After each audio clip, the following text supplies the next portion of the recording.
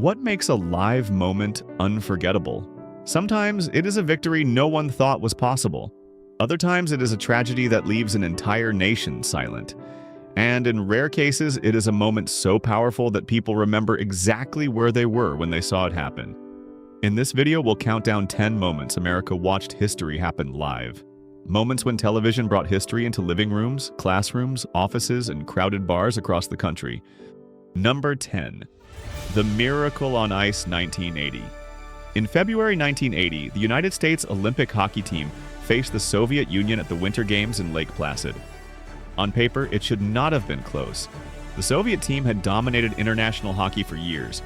The Americans were mostly college players and amateurs, but late in the third period, Mike Erucione scored to give the United States a 4-3 lead.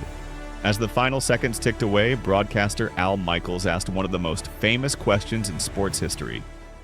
Do you believe in miracles? Yes! Most Americans did not see the game live in the strictest sense.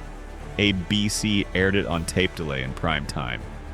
But for millions watching that night, it felt like history was unfolding right in front of them. At the height of the Cold War, a team of American underdogs had defeated the Soviet powerhouse. It was more than a hockey game. It was a moment of national pride, belief, and pure disbelief. Number 9. The Kennedy-Nixon Debate, 1960. In September 1960, Americans watched something new. A presidential debate on television.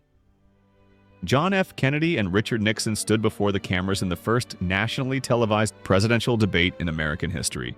For radio listeners, Nixon sounded experienced and prepared. But television told a different story. Kennedy looked calm, confident, and composed. Nixon looked tired, pale, and uncomfortable under the hot studio lights. The debate changed the way Americans judged presidential candidates. For the first time, voters were not just listening to the words, they were watching the image, the posture, the confidence, the way a candidate could speak directly through the camera and into the homes of millions. That night proved that television was no longer just covering politics. It was shaping it. Number 8. Nixon announces his resignation. 14 years after that first televised debate changed politics, television carried another moment no American had ever seen before. A president announcing that he would resign. On August 8, 1974, Richard Nixon sat in the Oval Office and spoke to the country. The Watergate scandal had consumed his presidency. Trust had collapsed. Impeachment was closing in. And then, in a calm, controlled voice, Nixon said the words that made history.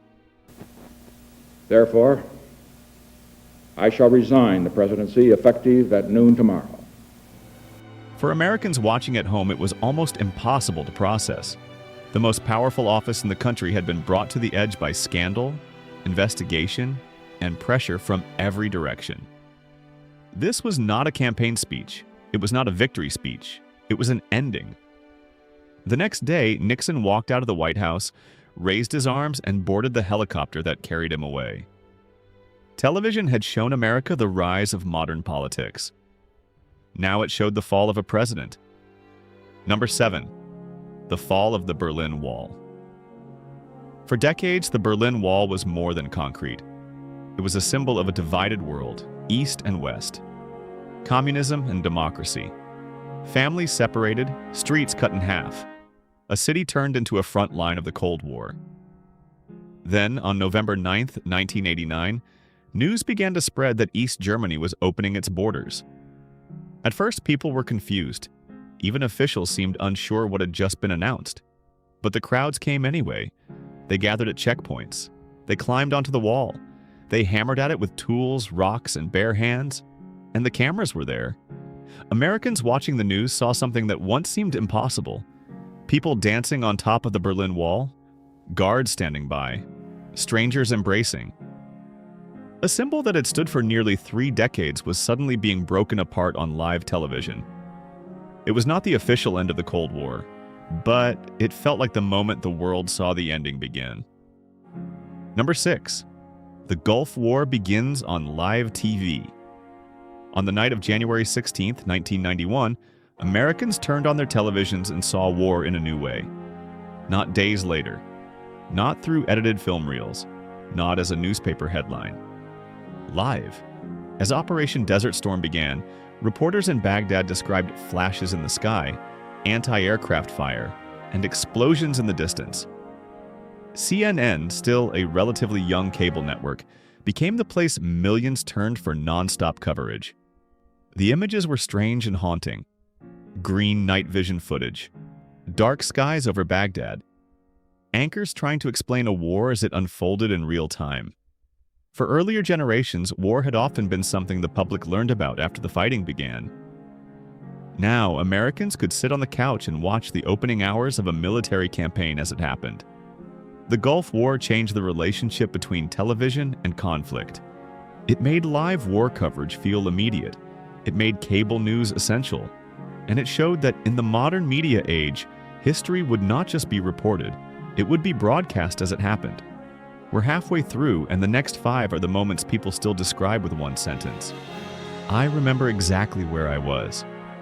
Before we get to number 5, tap like if you remember watching history unfold live, or if you have ever heard someone say, I remember where I was when that happened. Number 5. The JFK Assassination Coverage and the Oswald shooting. On November 22, 1963, President John F. Kennedy was assassinated in Dallas, Texas. Americans did not watch the shooting itself happen live on television, but they watched the aftermath unfold in real time. Regular programming was interrupted. Anchors scrambled for confirmation. Reports came in piece by piece. We just have a report from our correspondent Dan Rather in Dallas that he has confirmed that President Kennedy is dead. For many Americans, television became the place where national grief gathered. People did not just hear the news, they watched the country try to absorb it. Then, 2 days later, something happened that made the story even more surreal. Lee Harvey Oswald, the man accused of killing the president, was being transferred through the basement of Dallas Police Headquarters. Cameras were rolling, reporters were watching, and suddenly Jack Ruby stepped forward and shot Oswald on live television. It was one of the most shocking broadcasts in American history. A president had been murdered, the accused assassin had been murdered, and millions of Americans had watched the story unfold almost moment by moment. After that weekend, television was no longer just entertainment. Number 4. The Challenger disaster.